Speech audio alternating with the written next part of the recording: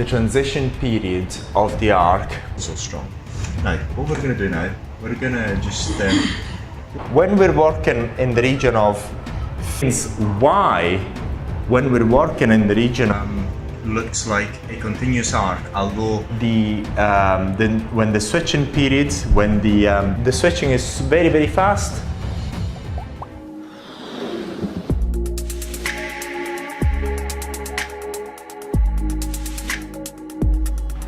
in this video we're going to talk about the transition period of the arc when we're working in the region of milliseconds, and also we're going to review the visibility of the arc during the switching time, because as we already mentioned, this is an interesting feature of the arc when the switching is really fast. First of all, I would like to point out that we're only talking about these things because this is the first device, I should say, because we hope that other people will do the same thing, that are able to operate in the order of the milliseconds, and we're working on the pulse mode and the whole counter, and also sometimes the start counter can actually give you these features of you being able to work in the transition period of the arc. But we'd like to focus this video on what the transition period of the arc is and its implications. Now, when we actually start, what happens in the transition period is that when we start the arc, it's not as if it actually goes immediately to its final value. There is a transition period in which the growth is exponential, and then over a few milliseconds it goes to 80 to 90% to 100% of its nominal value. And the same thing happens when we switch the arc off. The arc doesn't want to switch off naturally, wants to continue. So it will continue when it's extinguishing, it will extinguish as an exponential decaying in the time domain. It decays really exponentially. So this is a very interesting point of the arc. And so why are we talking about that? We're talking about it because what we have found, I mean experimentally when we're actually doing the tests of this device, is that the intensity of the arc is very low when the switching period, when the arc is on for only a few milliseconds, especially in the region of 10 to 15 to 20 milliseconds. And this is justified by the physics of the arc, because we have studied the arc and this is actually the way they function. So basically, to give you an idea, we're going to look at this graph. So let's say we switch on the arc at this point. So the arc quickly in the order of 10, this is in the order of 10 to 20 milliseconds, this area here, this is in milliseconds, okay?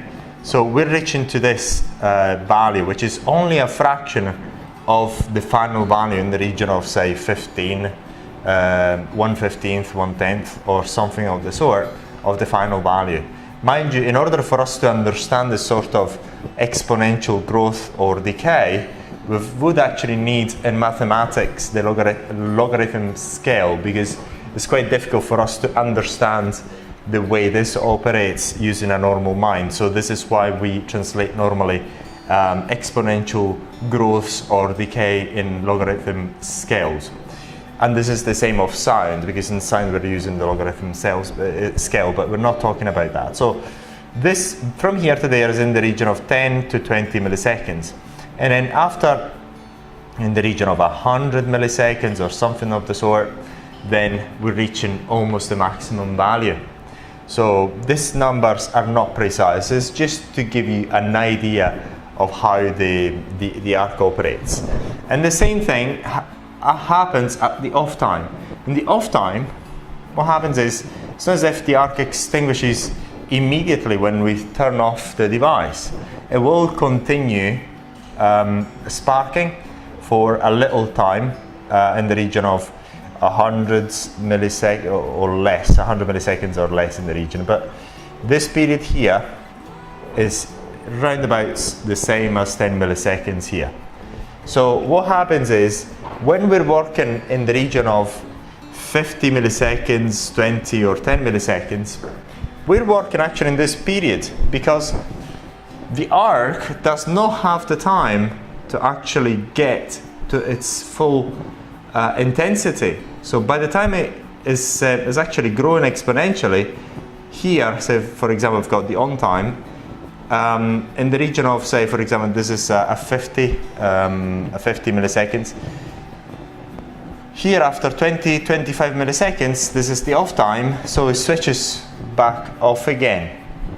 So it hasn't actually reached its maximum. So this is in the region, so if we can translate this to here, for example, so we've got an idea of what we get. So basically the intensity of the arc here is only a tiny fraction to what we've got there. And this is why when you're working in the pulse mode, sometimes in the whole counter and some other times in the start counter, when the timing is in the region of a few milliseconds, you can spike the power. Actually, you'd better using the highest power possible, because in order to get an arc, you really require a lot of voltage because you're working in the transition period.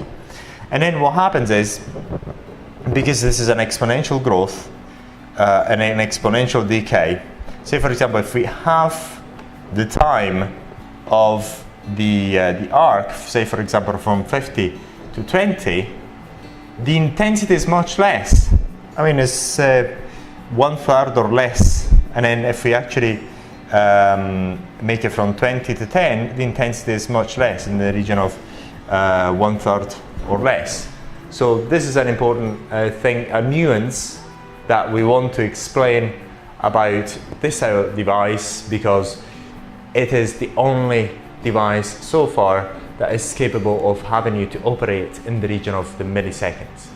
So this is pretty much all for this video, but before we finish, I'd like to remind you that when the switching of the on and off switching of the arc is really fast, to us it looks as if the arc is always on. So, and we're going to show you these two peculiarity. We're going to show you what happens when the arc is operating at this transition period. So we're going to give you a few examples with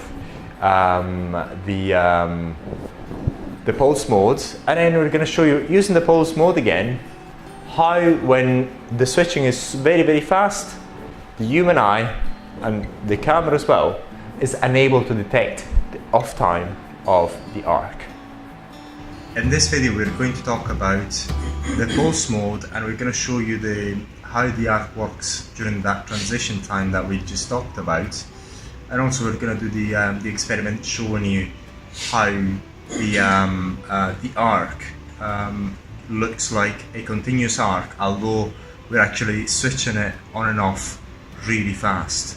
So we're going to do these two things, and we're going to show you also, if we can, the difference between that transition time and the full actually arc, how strong is the arc and how weak is the arc during that transition time. So that actually explains how the transition time arc is much smaller in terms of intensity than the arc when it's completely at its full strength after that transition time. So let's get cracking into this immediately. So what we're going to do first is just going to go on the and set up the device first. I think is the best thing. So there's our prototype here. So first of all, what I'd like to do is I'm going to show you the full strength of the arc when the transition time is already over. So I'm going to do this. It's pretty much is on most of the time. So I'm using the pulse mode of 500 milliseconds and 400 milliseconds is on. So the repeated pulse is 500 and is on 80% of the time, and 20% of the time is off. So this is going to show you how strong this arc is going to be. So we're just going to go and do our usual zoom, show you the best possible way, and so look, if I get my hand in the right place first, that's the usual model and the arc is absolutely extraordinarily strong. You can actually see it. It's amazing. So I can't really keep it on for that long. It's so strong. Now what we're going to do now, we're going to just go and decrease the switching time, the on time to 50, say to 50 milliseconds, and see what happens. And we're going to do it on this callus here. I'm going to put it in the middle. Show it, yeah. So as you can see, the arc is much smaller. It's much smaller. It's not as strong as it is, because it actually doesn't have the time to get to its full strength. Very important that.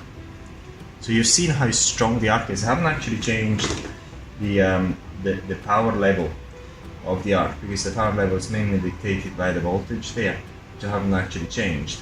But what I've changed is only the duration of the arc, which is 10% of the time, 50 milliseconds. So what I'm going to do is just go and decrease it even further to 20 milliseconds. I'll show you the effect on our red model, which is my hand, as usual. So you can still see the arc, but actually I feel it a lot less than I used to feel it. Now what I'm going to do, I'm going to go and make it even smaller. See how small I can make it. 5 milliseconds. And see what I get. If you remember how strong the arc was when it was in the region of 400 milliseconds. Look, it's very mild. I don't know whether you can see, hopefully. I'm just make sure that. So it's so low in intensity, I can't really feel it at all, but it's there as you can see it. I haven't actually changed the settings of the device. It's actually still there. Look. The arc is very visible, and I can't really feel it, and is of much less intensity than it used to be. It's much less intensity, you can't really feel it. It's beautiful. So we're actually seeing right now how the device works at, how the arc works at the transition time, yes, because we're talking about only 5 milliseconds. Now what we're going to do now, we showed you therefore the difference between the full force of the arc and the arc during the transition time. So what we're going to do now, we're just going to do the fast switching. So what we're going to do is we're going to go to, say, 50 milliseconds. Yeah, so yeah, 50 milliseconds, and we're gonna go, yeah, they're around about the same time, same switching time as before, 6 milliseconds, a bit higher. Gonna see what happens on my hands, right? Yeah. Oh yes, it's actually, it feels, yeah, it's like, it looks like a continuous arc. But why? Look, it's not as strong as the previous one of the full arc, because it's still working at the transition time. But I've got to move quickly because my hand is not as quick. So basically, it's just having loads of different bursts at the same time. If I keep it there, look, if I keep it there for too long. So, but you can actually you see it as well. The strength of the arc is nowhere near what it was before. It's because I'm switching it on and off. I can actually still bear it here, whereas I couldn't actually bear it before when it was at the full strength. So basically what I'm doing at the moment, here if you actually see it, the arc is on 13% of the time, which is only a small fraction. We can even reduce it further, just for the sake of the exercise, to 3 milliseconds and see what happens. We're actually even working even a very smaller time frames, and it's still as if the arc is on all the time. To the eye and the camera, there's not much difference, because the frame rate of the camera is much slower than the switching rate of this device here. So that is the trick. And also the human eye is not able to actually catch up with this fast switching. Very, very interesting that. So we're going to do another example. We're going to even decrease it to 1 millisecond there. See what happens. And the arc is smaller. It's because the transition time is even less. So the arc is much smaller. I can hardly feel it. I can hardly feel it. Basically what's going on is the amount of power of the arc is much smaller, and also the time that the arc is applied is much less. So yeah. So hopefully you've got the idea.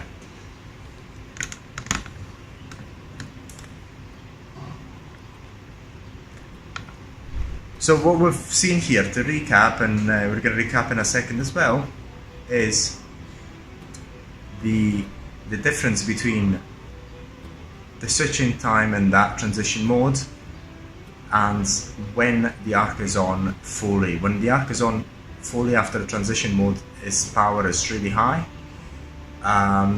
Therefore, we cannot actually use that arc easily at that high power.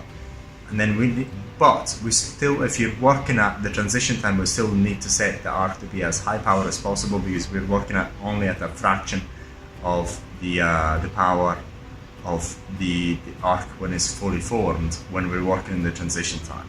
And we're also seeing how when there's a fast switching of the arc, the human eye cannot tell what's going on. It feels as if the arc is on all the time. Very, very important that. So we hope that you find this video useful. We're gonna meet you in a second. Now that you've seen this example, it's very important that we actually emphasize once again what we talked about this nuance point. The point is, because basically since we've got the exponential growth in here when we're switching on the arc on and we're switching the arc off, this actually explains why when we're working in the region of 50, 20, 10 milliseconds and so on, with an arc duration of 50, 20 or 10 milliseconds and so on, we really need to boost up the power level, the intensity of the arc. This is because since at the transition time of the electrical arcing, the intensity is very, very small compared to the final intensity of the arc after the transition time is over, we really need to bring the power level up as much as possible in order for us to cause an electrical arc. And this is simply because this part here, which is actually simulated there, is many times smaller than the final arc after the transition time.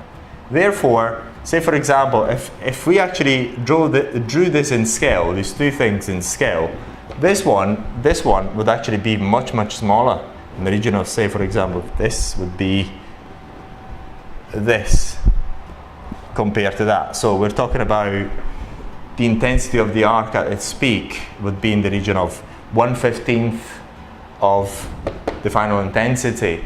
Therefore, we actually talked about this transition time, so you do understand why when you're using very short duration of time, you really need to boost the power of the device up, because otherwise you're not able to even cause the arcing. So that's very important. This is the point that we wanted to emphasize. So once again, we'll do it again. So basically, the point of this video mainly is for you to understand the reason why we are boosting the power up when we're working in the region of 50, 20 or 10 milliseconds. Because during the transition period of the arc, the intensity of the arc is only a small fraction of what it's going to be when the transition is over. That is very important. So this is all for this video. Should you have any questions, by all means, get in touch.